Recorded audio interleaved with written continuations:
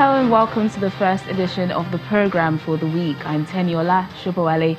We begin with stories and happenings that made headlines over the weekend.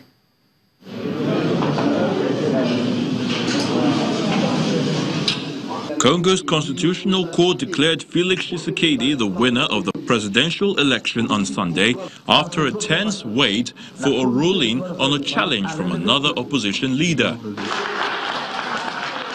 The court ruled that a legal challenge to the result filed by Martin Fayulu was inadmissible.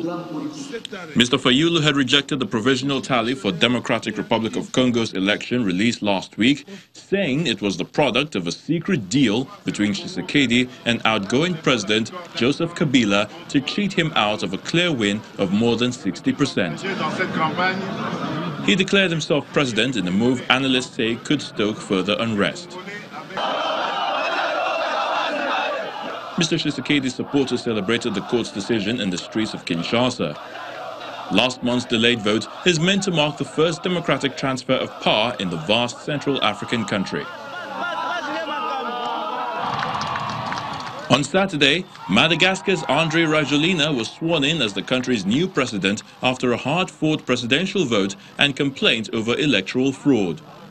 International leaders gathered in Antananarivo to watch the inauguration ceremony alongside crowds of people holding Madagascar flags and umbrellas to shelter them from the sun.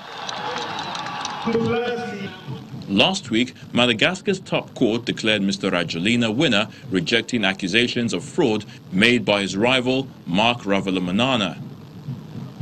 After a December the 19th run-of vote, Ravalomanana's team asked the court to nullify the results and submitted more than 200 complaints about balloting and vote counting. The Indian Ocean island nation, with a population of around 25 million people, is one of Africa's poorest. About 80% of the population lives on less than $2 per day. Israeli Prime Minister Benjamin Netanyahu and Chadian President Idris Deby have declared the official resumption of diplomatic ties between the two countries during a joint news conference in Chad's capital, N'Djamena. In November 2018, the Chadian president paid the first official visit to Israel by a leader of the Central African country that severed diplomatic ties with Israel back in 1972.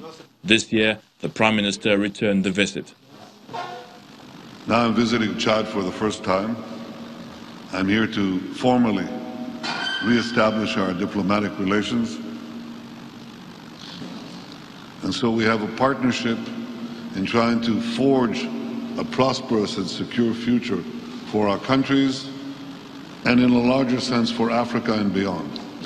Israel has diplomatic ties with just two Arab states, Egypt and Jordan, though Netanyahu has hinted at warmer relations with Gulf Arab states that Israel views as natural allies against regional powerhouse Iran. Following the announcement of the decision by DRC's court on Sunday, many Congolese groups across South Africa were out celebrating what they hope is a new dawn in their country. South Africa's President Cyril Ramaphosa has congratulated Mr. Felix Tshisekedi as President-elect of the Democratic Republic of Congo.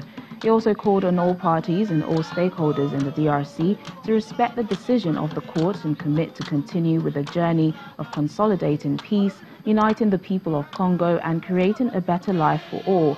He also congratulated the people for conducting peaceful elections, commending them for exercising great restraint and staying calm.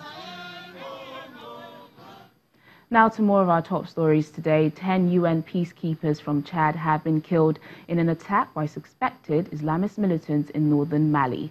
Another 25 were injured when gunmen stormed the UN camp in Adjilhok early on Sunday. The UN mission in Mali was set up in 2013 to fight Islamist militants operating in the country. They frequently attacked UN and Mali troops since then. Local media reports that Islamist group Al-Qaeda has claimed responsibility for the latest attack. Large parts of northern Mali were seized by jihadists in 2012 until they were pushed back in a French-led military operation the following year. More than 15,000 personnel, including civilians, were later deployed as part of the UN mission, but parts of the country are still out of the government's control. Security forces in Kenya say they have repelled an attack northeast of the capital Nairobi, near the border with Somalia. Authorities say Al-Shabaab militants had targeted 2 Chinese construction companies in Garissa town. Military and police officers responded to the attack, killing at least 4 militants, and no officers or construction workers are reported to have been killed. Kenya is still dealing with the aftermath of last week's attack on a hotel complex in Nairobi, in which 21 people died. Al-Shabaab, which is based in Somalia, claimed responsibility for the attack. Several people have now been arrested in connection with the attack, and the police have released pictures of 8 other wanted people. Meanwhile, 4 suspects named by Kenyan authorities as wanted following last week's attack at the Dusit D2 complex in Nairobi have surrendered. Local media says they handed themselves in at a police station in Isiolo, northeast of the capital. Rescue officials and survivors of the attack have been recounting their ordeal. Sergey Medic, the founder of a private security firm, says he was on his way home from work when he saw injured people being carried along the side of the road. At the same time, a flurry of WhatsApp messages pinged his phone from a group called LFH, Licensed Firearm Holders in Kenya. He turned the taxi around and headed towards the complex, but as the car hit traffic, he grabbed his emergency bag and ran the remaining 500 meters towards the billowing black smoke and the sound of gunfire. We were following basically a distraction path that the terrorists left. There was on that building there is a big glass door. It was completely shattered, and what we saw was a grenade, an unexploded grenade by the elevator. So then we proceeded, and now we came across the shop window of a bank, and Iron Bank, and the windows were riddled with bullets. So somewhere in my mind, I hoped that it was just a bank robbery gone wrong, because bank robbers, after all, are more reasonable people than terrorists. So we started clearing, and this was a strange scenario.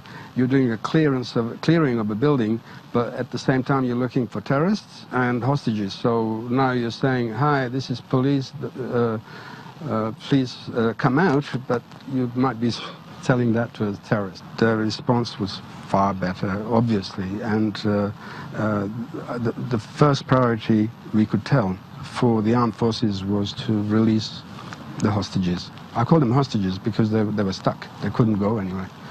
And only then, when well into the night, did they proceed in searching for the terrorists.